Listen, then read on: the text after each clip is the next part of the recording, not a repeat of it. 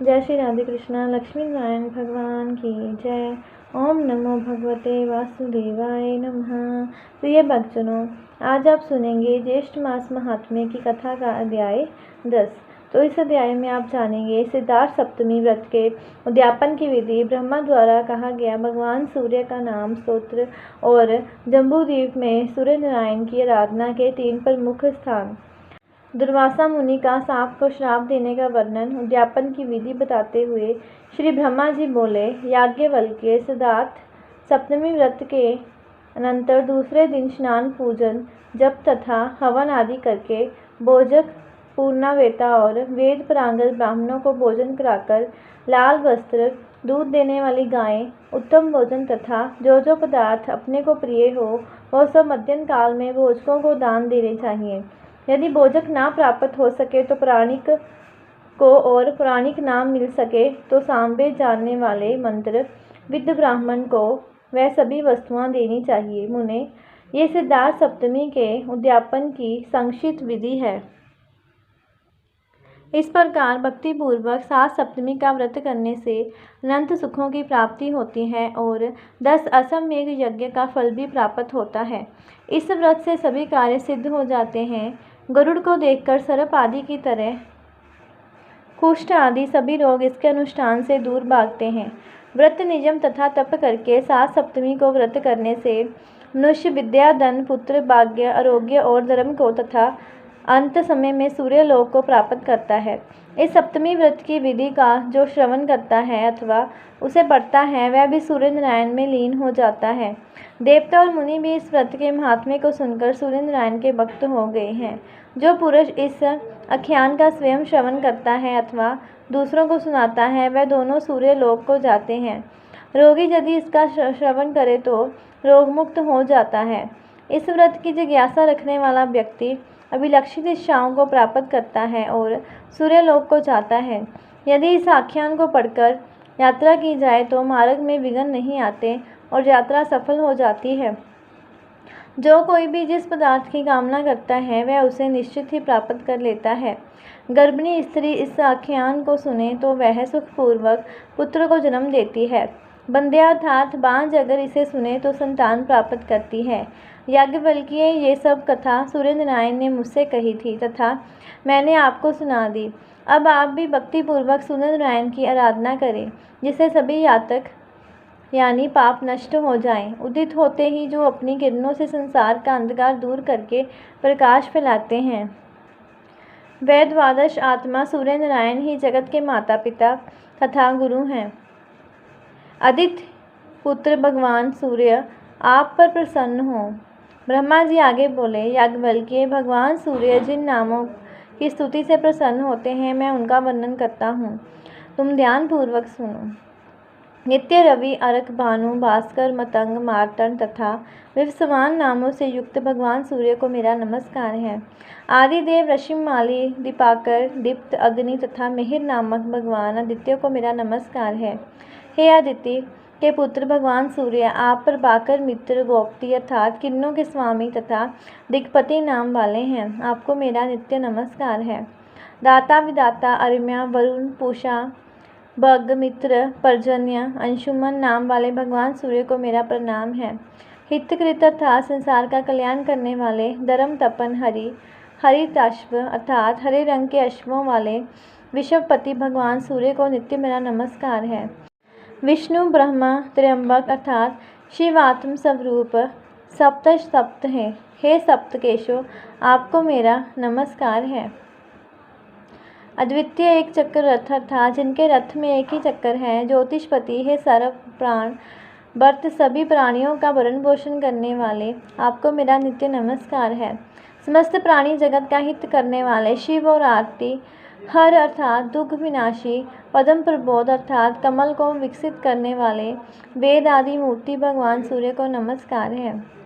प्रजापतियों के स्वामी महर्षि कश्यप के पुत्र, आपको नमस्कार है।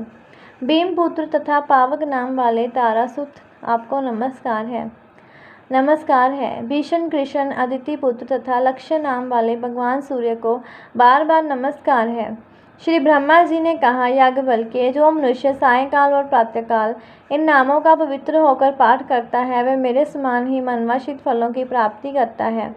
इस नाम स्तोत्र से सूर्य की आराधना करने पर उनके अनुग्रह से धर्म, अर्थ, काम, आरोग्य, राज्य तथा विजय की प्राप्ति होती है। यदि मनुष्य बंधन में हो तो इसके पाठ से बंधन मुक्त हो जाता है। इसके जप करने से सभी पापों से छुटकारा मिल जाता है। यह जो सूर्य स्तोत्र मैंने कहा है वह अत्यंत ही रहस्यमय है। अब जानिए जम्बूद्वीप में सूर्य नारायण की आराधना के 3 प्रमुख स्थान। दुर्वासा मुनि का शाम को श्राप देने का वर्णन। सुमंत मुनि बोले, राजन, ब्रह्मा जी से इस प्रकार उपदेश प्राप्त कर याज्ञवल्क्य मुनि ने सूर्य भगवान की आराधना की, जिसके प्रभाव से उन्हें सालोक्य मुक्ति प्राप्त हुई। अतः भगवान सूर्य की उपासना करके आप भी उस देव दुर्लभ मोक्ष को प्राप्त कर सकेंगे। तब राजा शातनिक ने पूछा, मुनि, जम्बूद्वीप में भगवान सूर्य देव का आदि स्थान कहाँ है, जहाँ विधि पूर्वक आराधना करने से शीघ्र ही मनवांछित फल की प्राप्ति हो सके? सुमंत मुनि ने कहा, राजन, इस जम्बूद्वीप में भगवान सूर्यनारायण के मुख्य 3 स्थान हैं। प्रथम इंद्रवन है, दूसरा मुंडी तथा तीसरा तीनों लोकों में प्रसिद्ध कालप्रिय नामक स्थान है। इस द्वीप में इन तीनों के अलावा एक अन्य स्थान भी ब्रह्मा जी ने बताया है, जो चंद्रभागा नदी के तट पर अवस्थित है, जिसको शामपुर भी कहा जाता है। वहाँ भगवान सूर्यनारायण शाम के भक्ति से प्रसन्न होकर लोक कल्याण के लिए अपने 12 रूपों में से मित्र रूप में निवास करते हैं। जो भक्तिपूर्वक उनका पूजन करता है उसको वे स्वीकार करते हैं। राजा शातनिक ने पुण्य पूछा, महामुनि, सांग कौन है जिसका पुत्र है? भगवान सूर्य ने कहा, उसके ऊपर अपनी कृपा क्यों की, ये भी आप बताने की कृपा करें। तब सुमंत मुनि कहने लगे, राजन, संसार में 12 आदित्य प्रसिद्ध है। उनमें से विष्णु नाम के जो आदित्य हैं वह इस जगत में वासुदेव श्री कृष्ण रूप में अवतीर्ण हुए। उनकी जाम्बवती नाम की पत्नी से महाबलशाली साम नामक पुत्र हुआ। वह शापवश कुष्ठ रोगी से ग्रस्त हो गया था। उससे मुक्त होने के लिए उसने भगवान सूर्य नारायण की आराधना की और उसी ने अपने नाम से शामपुर नामक एक नगर बसाया और यहीं पर भगवान सूर्य नारायण की प्रथम प्रतिमा प्रतिष्ठापित की। तब राजा शातनिक ने पूछा, महाराज, शाम के द्वारा ऐसा कौन सा अपराध हुआ था जिससे उसे इतना कठोर श्राप मिला? थोड़े से अपराध पर तो श्राप नहीं मिलता। तब सुमंत मुनि कहने लगे, राजन, इस वृत्तांत का वर्णन हम संक्षेप में कर रहे हैं, आप सावधान होकर सुनिए। एक समय रुद्र के अवतार भूत दुर्वासा मुनि तीनों लोकों में विचरण करते हुए द्वारकापुरी में आए। उन्होंने पीले पीले नेत्रों से युक्त कृष्ण शरीर, अत्यंत विकृत रूप वाले दुर्वासा को देखकर सांप अपने सुंदर सब रूप के अहंकार में आकर उनके देखने, चलने आदि चेष्टाओं की नकल करने लगे। उनके मुख के समान अपना ही विकृत मुख बनाकर उन्हीं की भांति चलने लगे। यह देखकर और शाम को रूप तथा यौवन का अत्यंत अभिमान है, यह समझकर दुर्वासा मुनि को अत्यधिक क्रोध हो गया। वह क्रोध से कांपते हुए ये कह उठे, शाम, मुझे क्रूप और अपने कोटि रूप संपन्न मानकर तूने मेरा परिहास किया है। जा, तू शीघ्र ही कुष्ठ रोग से ग्रस्त हो जाएगा। ऐसे ही एक बार पुण्य प्रयास किए जाने के कारण दुर्वासा मुनि को फिर श्राप देना पड़ा और उसी श्राप के फलस्वरूप शाम से लोहे का एक मुसल उत्पन्न हुआ, जो समस्त यदुवंशियों के विनाश का कारण बना। इसलिए देवता, गुरु और ब्राह्मण आदि की अवज्ञा बुद्धिमान पुरुष को कभी नहीं करनी चाहिए। इन लोगों के सामने सदैव विनम्र ही बने रहना चाहिए और सदा मधुर वाणी ही बोलनी चाहिए। राजन, ब्रह्मा जी ने भगवान शिव के सामने जो 2 श्लोक पढ़े थे, क्या आपने उनको सुना नहीं?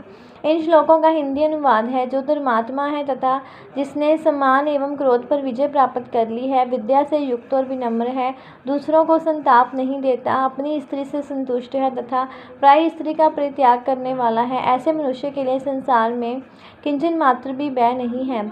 पुरुष को चंद्रमा, जल, चंदन और शीतल छाया वैसा आनंदित नहीं कर पाते हैं जैसा आनंद उसे हितकारी मधुर वाणी सुनने से प्राप्त होता है। राजन, इस प्रकार दुर्वासा मुनि के श्राप से शाम को कुष्ठ रोग हुआ था। इसके बाद उसने भगवान सूर्य नारायण की आराधना करके पुण्य अपने सुंदर रूप तथा आरोग्य को प्राप्त किया और अपने नाम का शामपुर नामक एक नगर बसाकर उसमें भगवान सूर्य को प्रतिष्ठित किया था। जय श्री राधे कृष्णा। लक्ष्मी नारायण भगवान की जय। तो ऐसी और कथाएं सुनने के लिए चैनल को सब्सक्राइब करें और वीडियो को ज़्यादा से ज़्यादा शेयर करें। जय श्री राधे कृष्णा।